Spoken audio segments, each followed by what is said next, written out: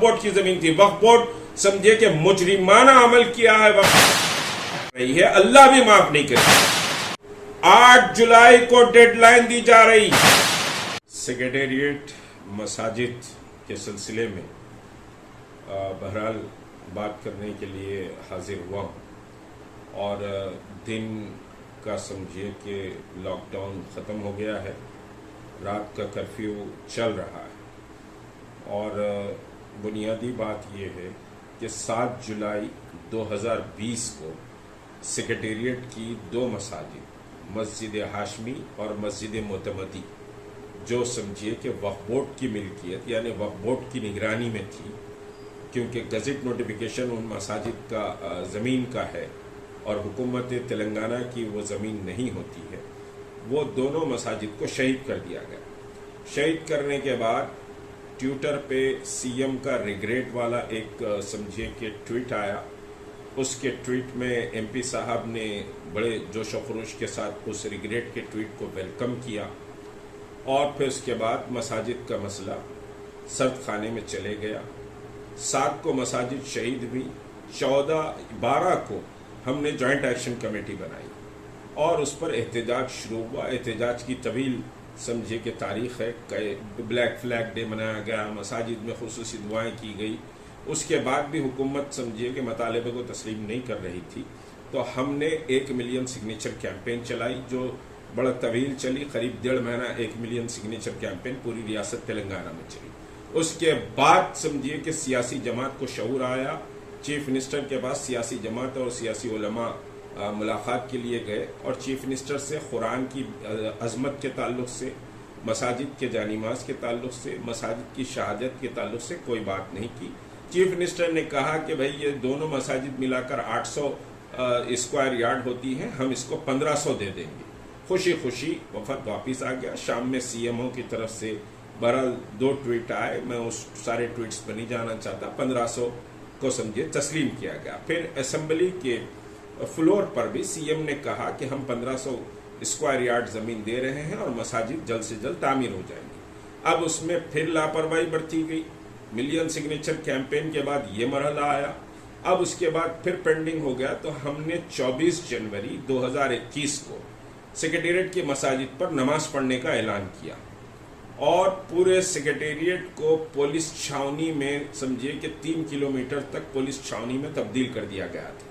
परिंदा भी वहां पर नहीं मार सकता था।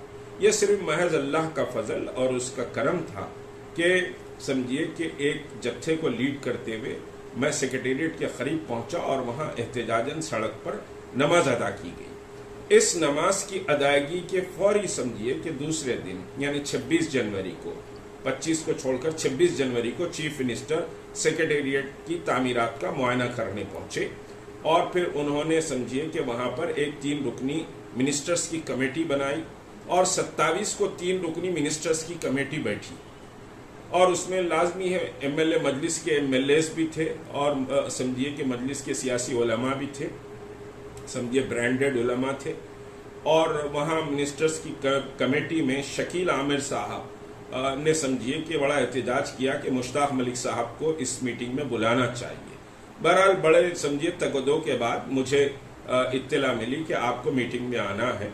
मैं पसोपेश का शिकार हुआ, क्योंकि हमारा स्टैंड यह था कि हम हुकूमत के पास जाकर भीख नहीं मांगेंगे, हम इसको मनवा कर रहेंगे लेकिन हुकूमत से भीख नहीं मांगेंगे।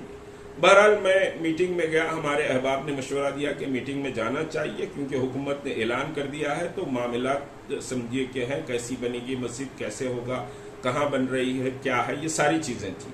तो चुनाचे मैं समझिए कि 27 को मिनिस्टर्स की मीटिंग में पहुंचा। अल्टीमेटली मुझे ताखिर से इत्तला मिली, मैं पहुंचने में मुझे थोड़ा टाइम लगा, 10-15 मिनट ताखिर से पहुंचा। जब मैं पहुंचा तो मजलिस के एमएलएस और सियासी समझिए ब्रांडेड उलमा निकल गए वहां से और उसके बाद समझिए कि बहरहाल एहतजाज हुआ, फलां हुआ, ये हुआ। और उसके बाद समझिए कि मिनिस्टर से मैंने बात की तो उन्होंने कहा कि तारीख तय हो गई है मलिक साहब, 12 समझिए कि फरवरी को मसाजिद का संग बुनियाद रखा जाएगा।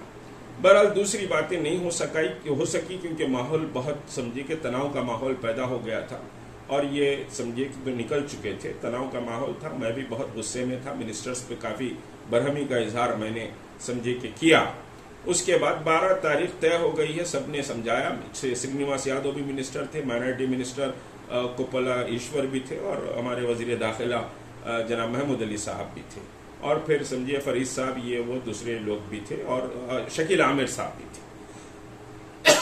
तो बहरहाल हम मुतमईन थे कि चलिए 12 को संगे बुनियाद रखा जाएगा, और मैंने कहा कि कोई सियासी समझिए कि बाज़ागरी इस संगे बुनियाद पे नहीं होना चाहिए, मजहबी लोगों को बुलाइए और संगे बुनियाद रख दीजिए, हमको कोई एतराज़ नहीं है। ये बात भी तस्लीम कर ली गई, और TRS के लोगों ने कहा कि भाई हम भी नहीं आएंगे, मजहबी लोगों की तकरीब रहेगी।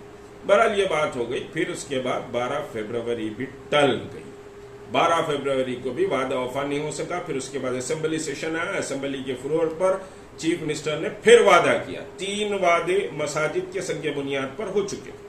उसके बाद फिर रमजान मुबारक से पहले की बात आई, तो हम समझिए कि माइनॉरिटी मिनिस्टर ईश्वर से मुलाकात किया, एक डेलीगेशन जॉइंट एक्शन कमेटी का मेरी क़यादत में, और ईश्वर से मैंने कहा कि भाई 7 अप्रैल को, क्योंकि रमजान आ रहा है, 7 अप्रैल को आप संगे बुनियाद की तारीख तय कर दीजिए और 7 अप्रैल को संगे बुनियाद रखिए।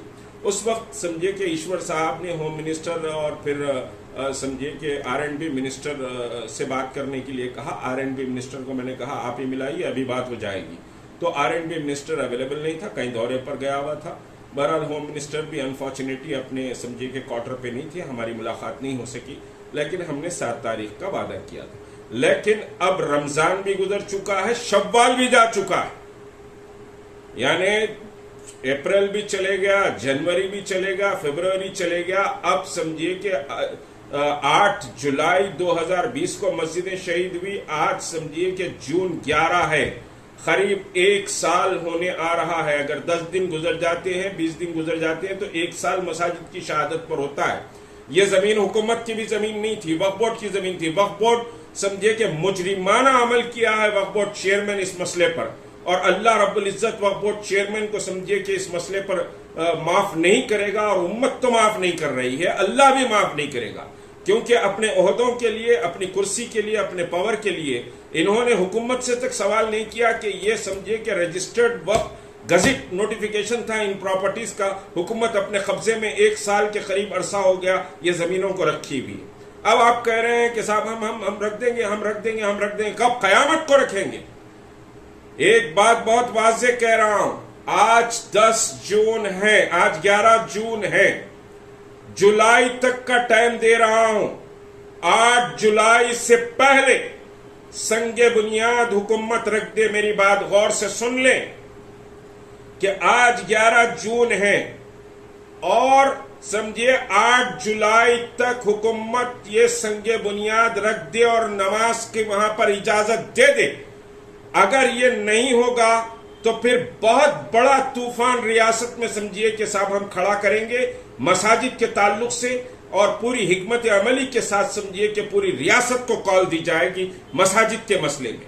मैं फिर कह रहा हूं, 8 जुलाई को डेडलाइन दी जा रही है। बाज लोग यकीनी तौर पर एक तमस्कुर उड़ाएंगे कि मुश्ताक मलिक साहब डेडलाइन पे डेडलाइन देते हैं। डेडलाइन जब देता हूं तो अमल करके बताता हूं, और हुकूमत झुकती है। और सेक्रेटेरिएट मसाजिद अगर समझिए कि ये मुश्ताक मलिक और ये जॉइंट एक्शन कमेटी जिद्दोजहद नहीं करती, तो ये सेक्रेटेरिएट मसाजिद का समझिए दास्तान पारीना बना देना चाह रहे थे। जिस तरह एक खाने की मस्जिद समझिए कि आज भूल गए, एक खाने की मस्जिद मैं नहीं भूला हूं, एक खाने की मस्जिद का मसला भी आएगा, लेकिन पहले सेक्रेटेरिएट की मसाजिद की बात इस वजह से कर रहा हूं कि ये आबाद मसाजिद थी, और हुकूमत ने मुजरिमाना जालिमाना इक़दाम करते हुए इन मसाजिद को गिराया है। तो डेडलाइन दी जा रही है 8 जुलाई तक। 8 जुलाई तक अगर हुकूमत वहां संगे बुनियाद नहीं रखेगी और नमाज का परमिशन नहीं मिलेगा, तो फिर समझिए कि साहब हम बहुत बड़ा एहतजाज करेंगे। क्या करेंगे? एक्शन कमेटी बैठकर तय करेगी। दूसरी बात, ये इत्तलात मिल रही है मुझे कि मस्जिदें उसी मकाम पर तामीर नहीं होने वाली है। ये मैं नहीं कह रहा हूं, बहुत से सोर्सेस से बात आ रही है कि मस्जिदों की जगह तब्दील की जा रही है। खुदा की कसम, एक इंच जगह भी तब्दीली के लिए हम तैयार नहीं हैं। मुसलमाना ने तेलंगाना 1 इंच की भी जगह छोड़कर समझिए कि अगर मस्जिद तामीर की जाएगी उसके लिए हम तैयार नहीं हैं। जहां मसाजिद थी वहीं समझिए कि मस्जिदों की तामीर होनी चाहिए और उसके लिए हम एक रिप्रेजेंटेशन हुकूमत को देंगे कि एक 5 रुकनी कमेटी जिसमें जॉइंट एक्शन कमेटी के जिम्मेदार हों, वो समझिए कि जगह का मुआयना करेंगे। अगर आप बगैर जगह के मुआयने के हमने संगे बुनियाद रख दिया ये कहेंगे तो फिर इसके लिए एक नया मसला पैदा होगा। आप समझिए कि जिम्मेदार उलमा के साथ जॉइंट एक्शन कमेटी का जिम्मेदारान उस डेलीगेशन में होंगे। आप मुसलमानों को विजिट कराइए, क्यों चोरी कर रहे हैं? मुसलमानों को साइट का विजिट कराने के लिए क्यों पीछे हट रहे हैं? मैंने 2 बार ये बात कह चुकी थी हुकूमत से कि हम साइट देखना चाह रहे हैं और हम साइट देखेंगे। और फिर कुपला ईश्वर ने मुझसे कहा था कि भाई आप भी नक्शा दीजिए, लेकिन आज तक समझिए डायमेंशन हमको नहीं दिया गया। मैं 2 बार याद दिला चुका हूं, डायमेंशन नहीं आया। डायमेंशन भी हमको चाहिए और समझिए कि हम मुकाम का सेक्रेटेरिएट में मसाजिद जिस मुकाम पे थी हमारे पास समझिए कि पूरे पॉइंट्स है कहाँ मस्जिद थी, सेक्रेटेरिएट में मसाजिद कहाँ थी, हम उस साइट का मुआयना करेंगे, उसके बाद ही संगे बुनियाद होगा। डेडलाइन हुकूमत को दी जा रही है 8 जुलाई की। 8 जुलाई से पहले हुकूमत संगे बुनियाद रख दे, वरना समझिए कि फिर तेलंगाना के मुसलमानों के गैज़ो गज़ब का आप समझिए कि साहब आप उसको भुगते। अस्सलाम वालेकुम व रहमतुल्लाहि व बरकातहू।